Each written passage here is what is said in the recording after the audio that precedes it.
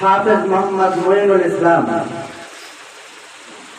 দ্বিতীয় স্থান অধিকার করছে হাফেজ মোহাম্মদ ইয়ামিন, প্রথম বর্ষ।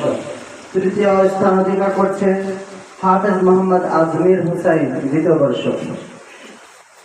কিরাত প্রতিযোগিতায় পুরস্কার প্রাপ্ত হয়েছে মোহাম্মদ হাবিবুর রহমান, প্রথম বর্ষ।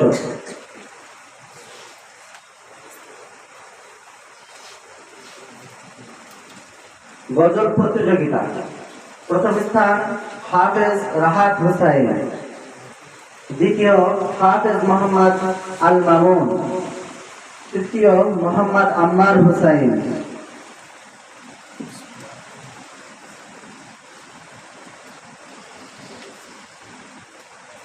বক্তৃতা প্রতিযোগিতায় প্রথম স্থান অধিকার করছে হাফেজ মোহাম্মদ হাফিজুর রহমান,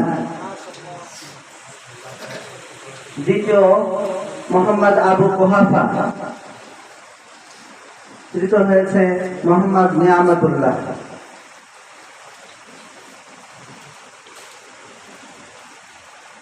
আলহামদুলিল্লাহ, এই ছিল আমাদের আজকের অনুষ্ঠানের মোটামুটি পুরস্কার পর্ব। এখন আমাদের শেষ লগ্নে বিদায় মুনাজাতের মাধ্যমে আজকের অনুষ্ঠান শেষ হবে।